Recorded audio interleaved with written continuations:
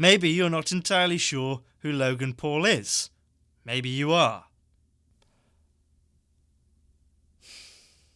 When the green-visored cappuccino drinkers describe him, they describe him as a YouTuber.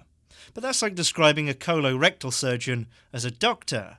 It's true, but it's very non-specific.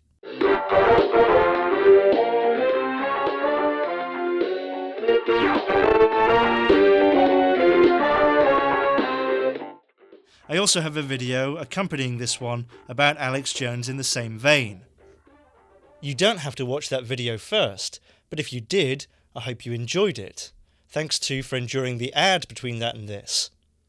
Was it for spell check? Because you don't need that. Every device that you own that is capable of word processing actually has it already built in. Anyway, Logan Paul. Logan Paul emerged in his early teens as a creator and star on Vine, a now defunct online service that when you say it, it makes you feel as old as saying America Online. Anyway, Vine allowed people to broadcast videos limited to only a few seconds, and it became mostly known for micro-sketch comedy. You got the money, man? I don't have your money, man. Shh, forget about it, man. You don't have my money. You don't have my money. And you know what? Logan Paul's Vines are the best things he's ever done. In fact, they're the exact opposite of everything that I have since become accustomed to. That is, in a roundabout way, to say, quite indeed, ad break, straight to the point. That's down to format, but you know what? The Vines that Logan Paul and his brother, Jack, were putting out had a point. The point was to entertain, and they were made with humour. But Logan Paul didn't become famous because of Vines. They were only his springboard. YouTube is the reason that Logan Paul is as close to becoming a household name as he ever will be. And YouTube doesn't work like that.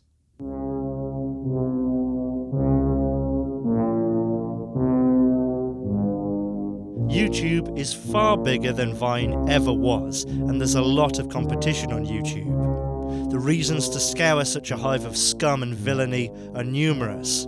Some people are looking for reviews of things, others, probably most people, background noise, others, information, others still, even, original content. YouTube uses an algorithm that is so opaque and so seemingly important to the success of videos that there are forums filled with people worrying about the capitalization of their thumbnails titles that only the YouTube system can see. It's very difficult to ascertain what will and won't be popular, and Views hasn't cut it for a long time in establishing how popular somebody really is. That's why the Pauls don't produce 6-second or even 60-second videos. YouTube seemingly holds watch time in high regard, and the longer the video, the more watch time, at least in theory. I mean, unless you start wasting people's... What this means is that to really thrive on YouTube, you need to produce a lot of content, or more importantly, frequent content, that's not too short and that people actually watch through. And that's hard. It can weigh you down very quickly, and incidentally, I think it did wear down Logan Paul. Luckily for him, he's in a position where he doesn't need to do it every day, but if you need to make a 10-minute video daily to play the algorithm, there's some things you can do to work around it and make it a bit easier on yourself. Number 1, don't be funny. Don't try to be funny. That takes writing. It takes editing. If nothing else, it takes some sort of natural talent. No, don't make it funny. Make it about you.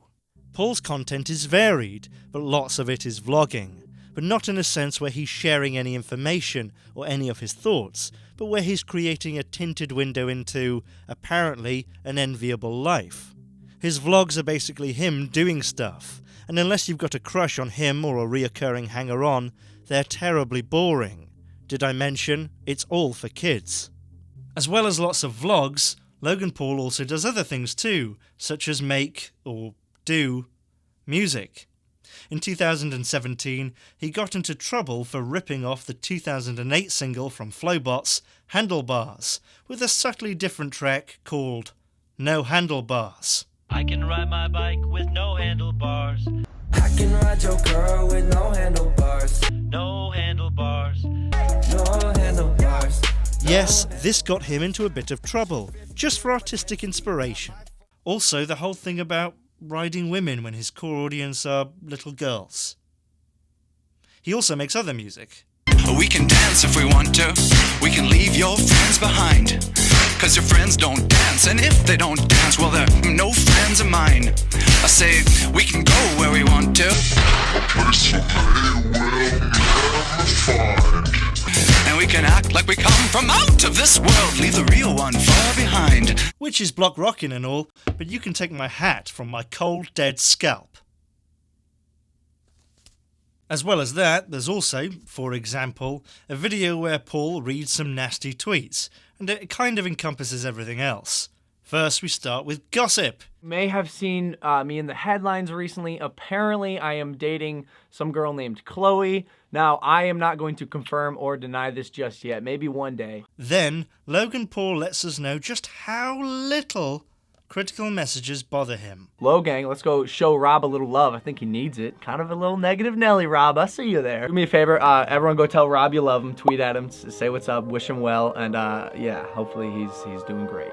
Also, he keeps turning to the side, which is very annoying. Chupa chups! But really, there's nothing. Children might be into it because they don't know any better, yet.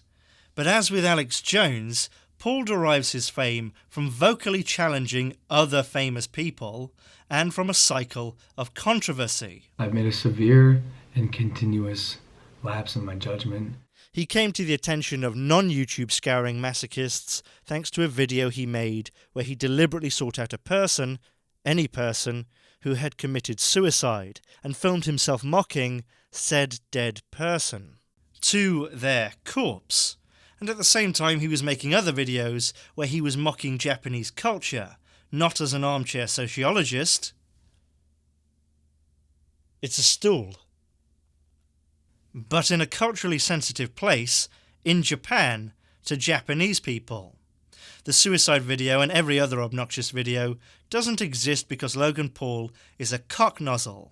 A cocknozzle he may well be, but these things are all about creating outrage, and creating outrage for profit. I don't know if it was all some Machiavellian scheme designed to produce a velocity capable of giving Paul an escape trajectory out of such a fickle platform, or if the outrage was generated with the inevitable pouring in of views in mind and nothing more, but it was purposefully created.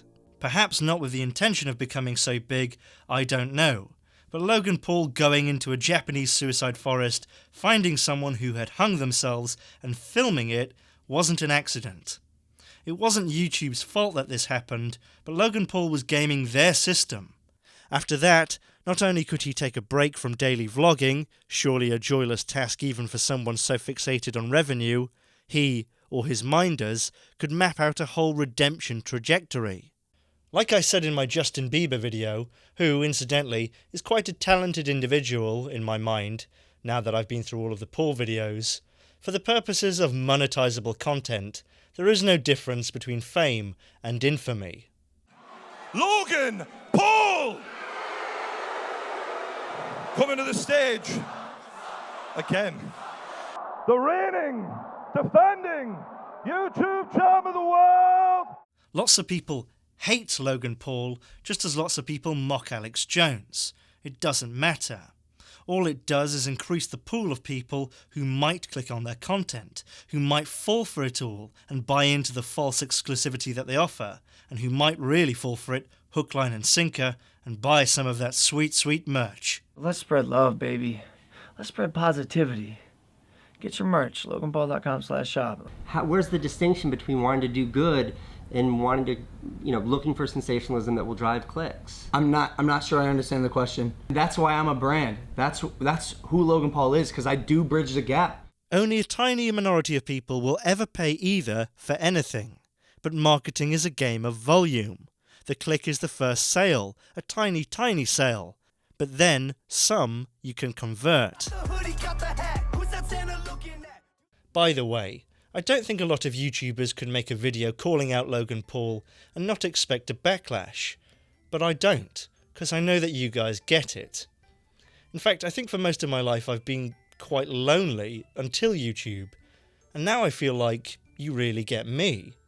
So if you haven't already, make sure you subscribe and become part of the family. And do yourself a favour, let everybody know that you're not afraid to be crazy, like me, and buy yourself a lava lamp from my store. And that's how Logan Paul sells stupid. Now I should say, I'm not calling people out for merchandising, but for doing nothing but that. It feels like going to a Transformers movie and finding out the whole thing is only an oh well, never mind. This is why I wanted to compare Logan Paul and Alex Jones. They're both like the thumbnails that you get on news websites that, if you're not concentrating, you might mistake for actual content. But they're not content. They're just designed to look like content. They're just ads. There aren't enough real issues for Alex Jones to freak out about and keep all of it going. Just like there isn't really anything happening in Logan Paul's life that Johnny Knoxville didn't do better and funnier, and in a way that made you think of him as a scamp rather than a tool. They're not complete fabrications of people, but they have personas, cultivated brands, there's a phrase, that support their selling. The selling is different. Prepare for apocalypse / they're all out to get you versus fit in / we're friends. But the marketing mechanism is the same. Outrage, sensationalism and calling people out, all to get people to click and to get some people to buy. It's got me wondering if all of society is just an elaborate illusion by the deep state to get me to buy a t-shirt that I don't really want. I'd probably guess that Alex Jones believes, to an extent, in what he makes money from, whereas it seems quite clear that Logan Paul knows he's making trash for views. The intent doesn't matter, it's the effect that counts. So, what's the conclusion? Don't leave the young, or elderly, or the vulnerable watching any of this shit. Now, fuck off.